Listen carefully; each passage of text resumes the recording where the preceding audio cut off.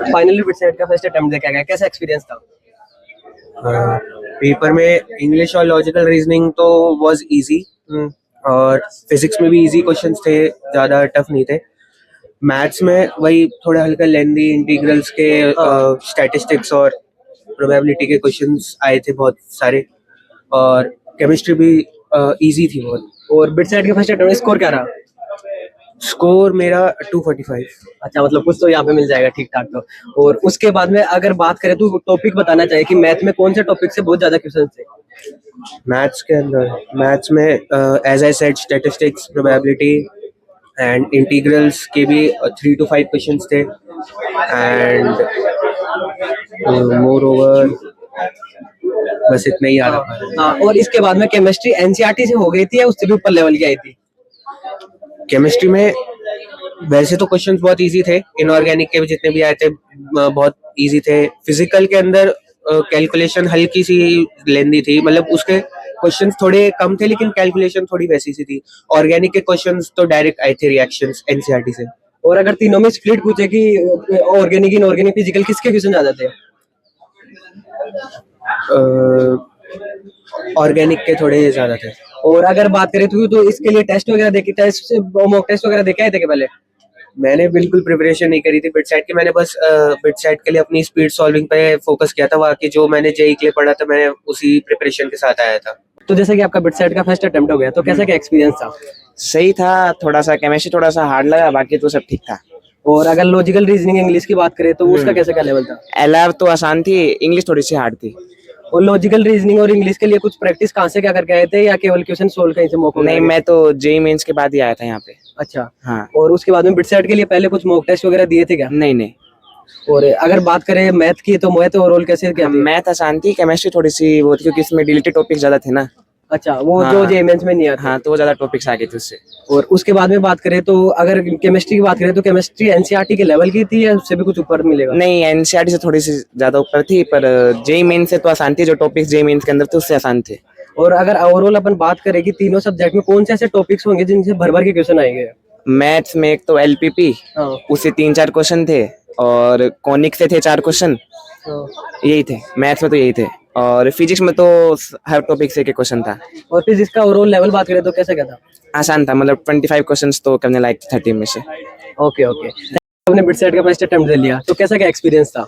बहुत अच्छा एक्सपीरियंस था। लाइक क्वेश्चंस भी मतलब जेई जैसे जेई दिया तो मतलब उसके जैसे लगा, थोड़ा सा लेवल जेई से कम था लेकिन मोर क्वेश्चंस थे तो इसकी वजह से अच्छा मतलब लगा, मतलब अप्रोक्सीमेटली अच्छा था। और अगर लॉजिकल रीजनिंग और इंग्लिश की बात करें तो वो कैसे क्या था? लॉजिकल रीजनिंग तो मतलब जैसे मैंने की हुई थी तो logical reasoning was easy. English में शायद एक या दो क्वेश्चन में थोड़ा था कि मतलब उसका मीनिंग थोड़ा समझ नहीं आया, इस चक्कर में थोड़ा था, वरना आसान था। और लॉजिकल रीजनिंग और इंग्लिश के लिए आपने जैसे जेईई मेंस दिया हो तो वो वास्ता नहीं होता पहले तो। अब ये लास्ट के दिनों में कुछ पढ़ के आए थे या यहीं पे आके डायरेक्ट बस दिया? यहीं आके डायरेक्ट दिया था। मैंने पहले किया हुआ था उससे, मतलब जेईई मेन से पहले 10th के आसपास तो किया हुआ था, इस चक्कर में पता था मुझे। और उसके बाद में अगर बात करें फिजिक्स केमिस्ट्री में तो इन तीनों में से सबसे ज्यादा टफेस्ट कौन सा लगा? मैथ्स।